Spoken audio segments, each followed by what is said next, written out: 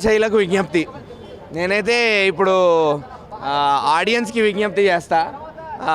తెలుగు ఆడియన్స్కి విజ్ఞప్తి, ఈ సినిమా మాత్రం అసలు బాగాలేదు. వెళ్తారా వెళ్ళరా అనేది మీ మీ ఊహకి మీ డెసిషన్ మీకే వదిలేస్తున్నాను. సినిమా గురించి మాట్లాడితే కిషోర్ తిరుమల గారికి ఏమైందో నాకు అర్థం కావట్లేదు. అంటే all of a sudden zone out అయిపోయారు. లాస్ట్ టైం శర్వాతో కూడా కొంచెం అటు ఇటు అయింది. ఈసారి అయితే టోటల్ ఫెయిల్యూర్ అండి, డౌట్ లేదు. ఈసారి అయితే మాత్రం టోటల్ ఫెయిల్యూర్. అటు ఇటు average, above average, below average మాట కూడా లేదు. సినిమా త్రూ అవుట్ బోర్ కొడుతూనే ఉంది నాకైతే. ఓపెనింగ్ దగ్గర నుంచి ఎండింగ్ వరకు నాకైతే ఎక్కడ ఎంగేజింగ్ అనిపించలేదు, ఎక్కడ ఎంటర్టైనింగ్ అనిపించలేదు. రవితేజ గారు ఎంత కామెడీ చేయడానికి ట్రై చేసినా కూడా, ఆయన ఎంత మాస్ జాతర ఫైట్లలోంచి ఆ యాక్షన్ జానర్లోంచి బయటకు వచ్చి ఎంటర్టైన్మెంట్ జానర్లోకి వచ్చినా కూడా మమ్మల్ని అయితే ఎంటర్టైన్ చేయలేకపోయారు రవితేజ గారు. అసలు మీకు ఏమవుతుందో నాకైతే అర్థం కావట్లేదు. ఎలాంటి మనిషి ఎలా అయిపోయారో నాకు మీరు ఒకసారి ఆలోచించండి. వాల్తేరు వీరయ్యలో మిమ్మల్ని చూసి మేము చాలా హ్యాపీగా ఫీల్ అయ్యాము. లైక్ బాస్ పక్కన మీరు చేశారు 2 ఏళ్ల కిందట 2022లో. మీరు లీడ్ హీరో అయినా అవ్వకపోయినా కూడా జస్ట్ మీ క్యారెక్టర్ ఆర్క్, మీ రోల్, మీ సపోర్ట్ సినిమాకి ఎంత బాగా యూజ్ అయింది అనేది మాకు చాలా హ్యాపీగా ఫీల్ అయ్యాం మేము వాల్తేరు వీరయ్యలో.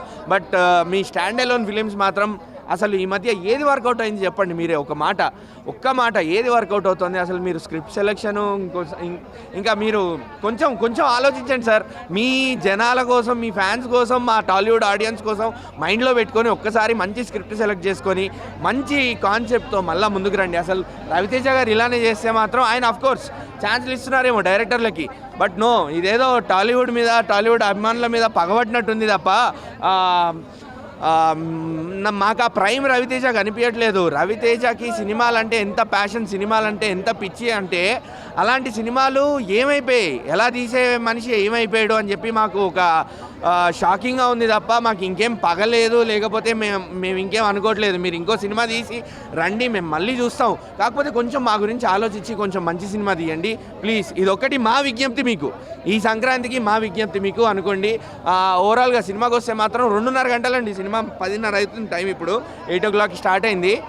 నాకైతే లెంగ్తీగా అనిపించింది. 3.5 hours పైన ఉన్నట్టు అనిపించింది సినిమాలో. ఇంటర్వెల్ ఎప్పుడు వస్తుందా, క్లైమాక్స్ ఎప్పుడు అయిపోద్దా, ఎప్పుడు బయటికి వెళ్ళిపోదామా అన్నట్టుండే.